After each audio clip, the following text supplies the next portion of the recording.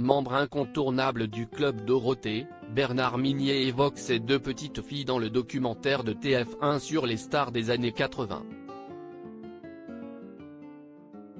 Un grand-père très attentionné. Les fans de Chantal Goya et du club Dorothée étaient aux anges, ce mardi 11 juillet 2023. TF1 diffusait effectivement un documentaire sur les stars qui ont bercé l'enfance de ceux qui ont grandi dans les années 80 et 90. L'occasion d'entendre l'infatigable chanteuse de Bécassine et Pandi Panda évoquer tant les grands moments de sa carrière que ses regrets, mais aussi de découvrir le quotidien de Bernard Minet, le fameux interprète des génériques de Bioman ou des Chevaliers du Zodiaque.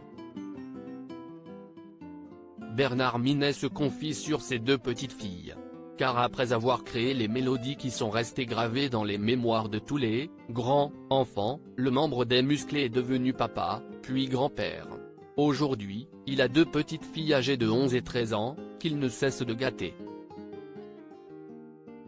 Suivi par les caméras de la Une, en plein shopping dans un magasin de jeux, Bernard Minet se confie sur son rôle de papy. La grande est, au collège, en 4e, elle a des bonnes notes. La petite aussi, en spell M2-bas, si est important, après si est le passage en 6e.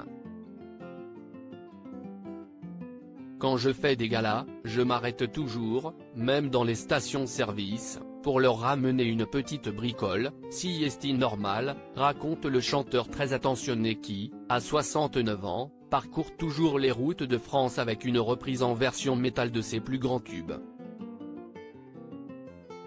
Bernard Minet inconsolable au cours du documentaire, Bernard Minet est également revenu avec beaucoup d'émotion sur la perte de ses amis du club Dorothée. Le grand drame de toute cette aventure et la plus grande tristesse, c'est la disparition des membres qui sont partis trop vite.